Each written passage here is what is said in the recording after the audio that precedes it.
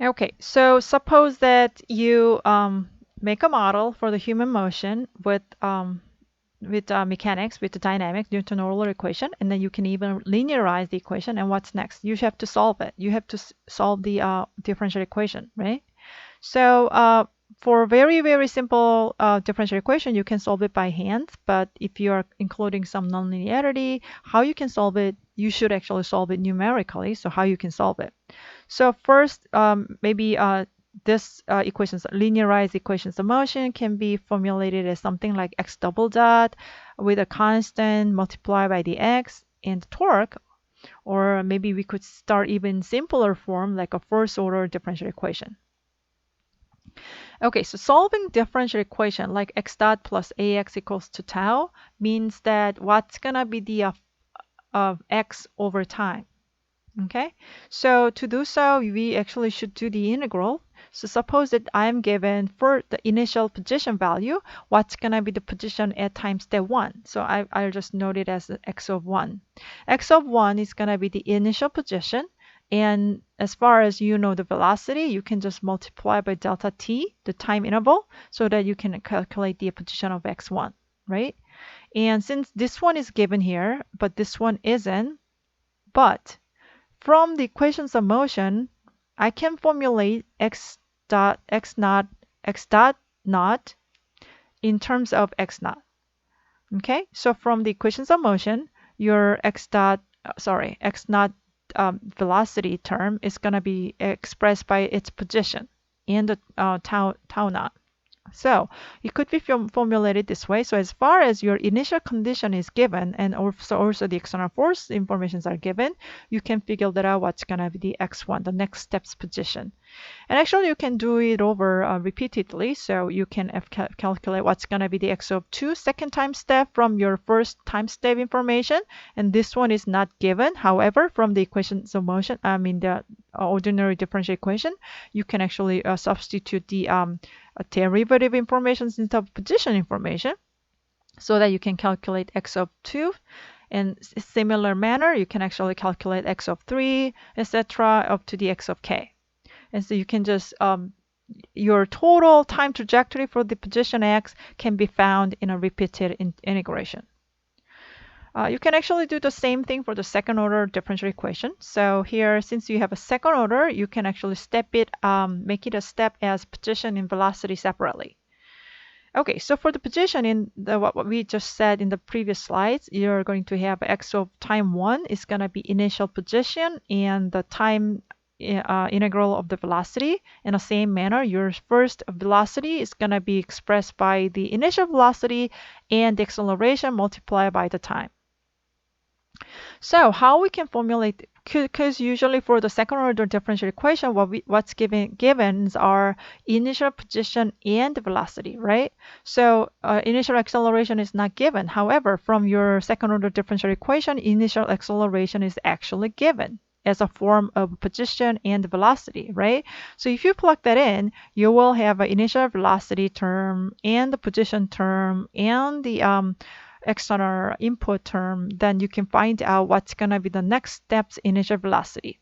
Okay, so once you know the initial first step's position and velocity, you can actually calculate second step position and velocity, and you can also do the similar manner for the next step, so that you can finally ended up getting solving the second order equations of motion by repeated integration.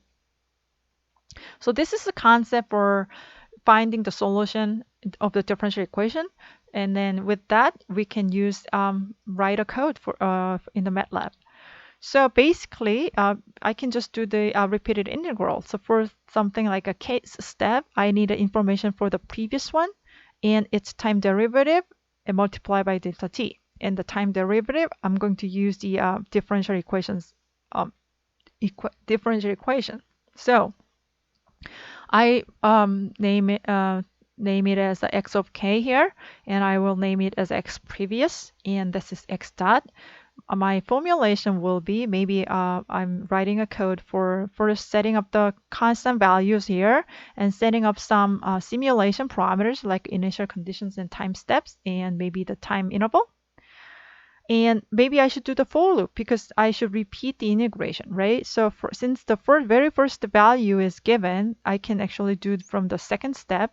Okay, so to do so, I should formulate what's gonna be the x dot. So x dot is gonna be expressed by the equations of motion, the first second order differential equation, and the previous parameter, because this one goes to here, right? And then I can just do the integral, the previous value plus x dot plus multiplied by delta t, and I can upgrade the next step's previous value. So if I just keep integrating it, I can find out the total x trajectory over time. That's actually the solution for the differential equation. In this steps, those for loops are in Matlab has been given as a built-in function ODE 45, ordinary differential equation 45. So the formats are something like ODE 45 and the function name. The function here is the function that generates what's gonna be the x dot, and the time span and initial condition. So x, t, and x are once you just plug in time span and initial condition, you will have a trajectory of your solution over time. Okay, for here, if you want to suppose integrate the differential equation from time 0 to 10 seconds, you can just plug in 0 to 10 here.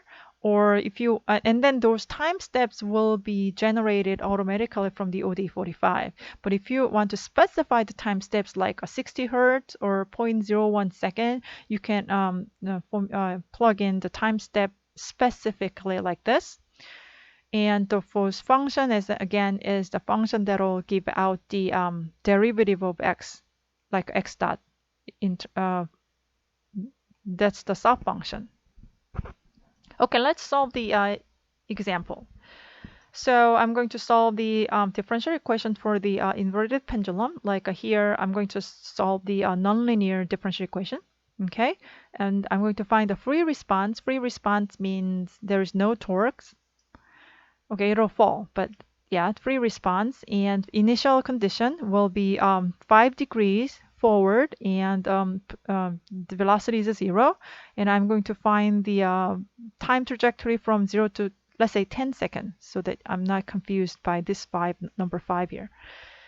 Okay, so again, so this is going to be a series of sequential formulation from the previous information with the time delta t. So x, the step variable, I would define as a theta dot and theta. Or you can define as theta and theta dot, whatever. And your x dot was going to be x double dot and x dot, theta double dot and theta dot. And theta dot is just theta dot, but your theta double dot, you can formulate it in terms of theta from your equations of motion. Okay? And since this is a free response, I'm going to put this one as 0. Now, so you're writing a code in the Matlab using main M file and your function file. Okay, so main M file, you should define constant parameters or simulation parameters, etc. But key functions are this one, ODE 45, and function that will generate x dot as an output. Okay, and time spent from 0 to 10 seconds and initial value. So those are the parameter settings. So if you want to handle those parameters from the main M file and the function M file, you can define as a global variable. And those are the setting for the model parameters and the simulation parameters. Now, this function will give you the, for the input x, you can give out what's going to be the x dot. So x is given as theta dot and theta. So this function is supposed to find out what's going to be x dot. So as here, you can see that your input, first parameter of the input is going to be the second parameter of your output, right? And you can use the equations of motion. So maybe you can formulate it this way. Okay. This one is from the equations of motion, or the ordinary differential equation. And this one is your first parameter.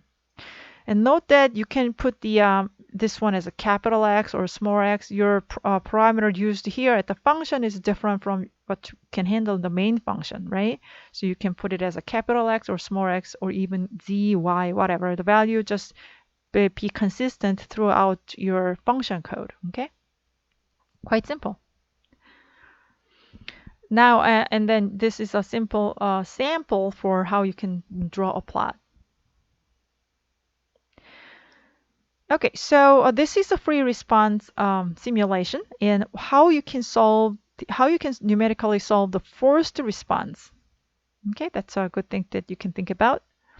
And suppose that this one, I'm doing the sway, moving forward, leaning forward and backward and going back and forth and back and forth. And I want to figure that out. When is the time I actually cross the upright or something like that. So maybe when you're integrating the ordinary differential equation, there's some point that you want to stop integrating, or you want to record some specific events like a zero crossing. How you can do this? That's you can do it using the event function. That's what I'm going to explain in the next slide. Okay, suppose this is a time plot for the inverted pendulum for the theta and theta dot. The blue one is theta and the green one is theta dot. And suppose I want to figure that out when the theta is passing through the, wow, it's a radian. It's a very big value.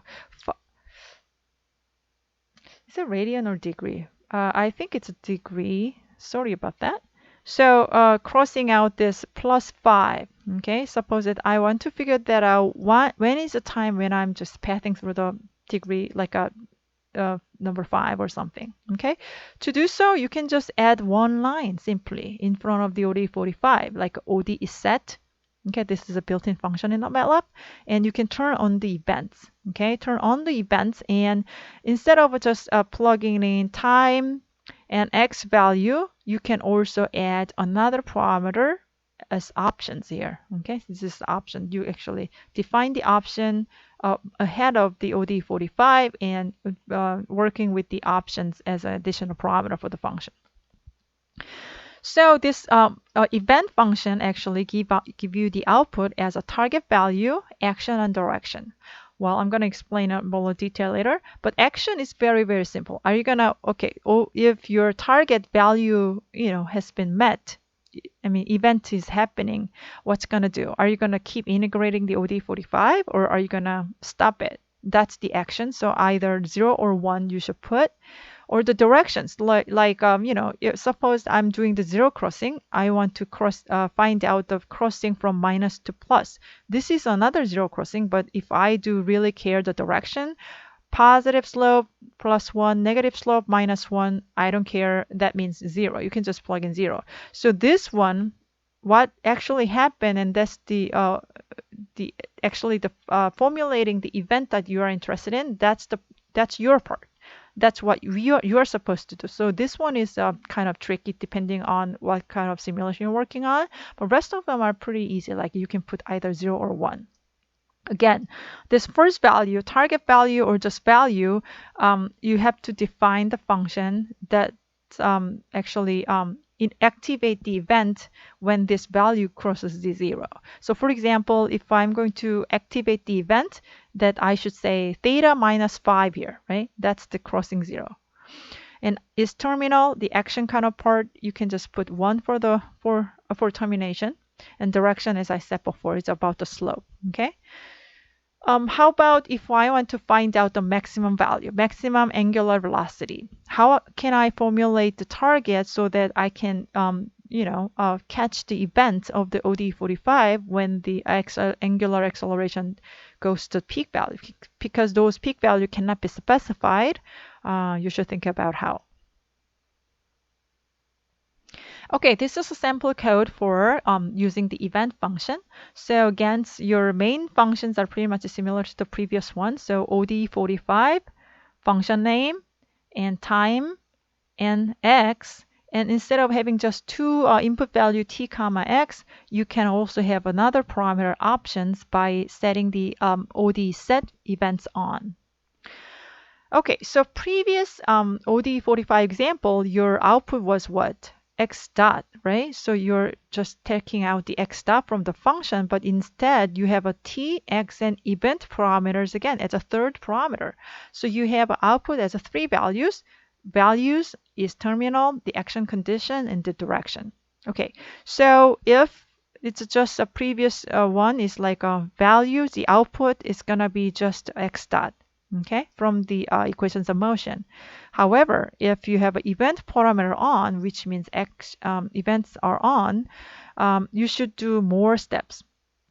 This means number of argument argument. So if this is less than 3, means you only have an input for t and x, you can just give out the x dot number and that's it. But if you have an event parameter comes in, you should actually split it out 3 values as an output. So first value is the thing that event occurring indicator. So suppose that I want to stop the integral, or I want to record or when happens the events, I can just set the value. Turns out to be 0. So here I made it as x2, which is the position. The theta is crossing out 0.01. Or if you want to have a 0 crossing, you can just put it 0 here. Okay. And I want to stop when that happened. And I want to actually count on it when it's been happened with the increasing slope. Okay, this is a sample for you can stop your ODE 45 the numerical integration of the numerical integration of your equations of motion when actually the theta crosses out 0.01 value with positive slope. Okay, so far we sort of gone through the basic dynamics, especially equations of motion, how we can make an equations of motion of a human motion. And we up to the point where we can actually obtain the equations and linearize them and even solve it using the Matlab. Thank you for listening.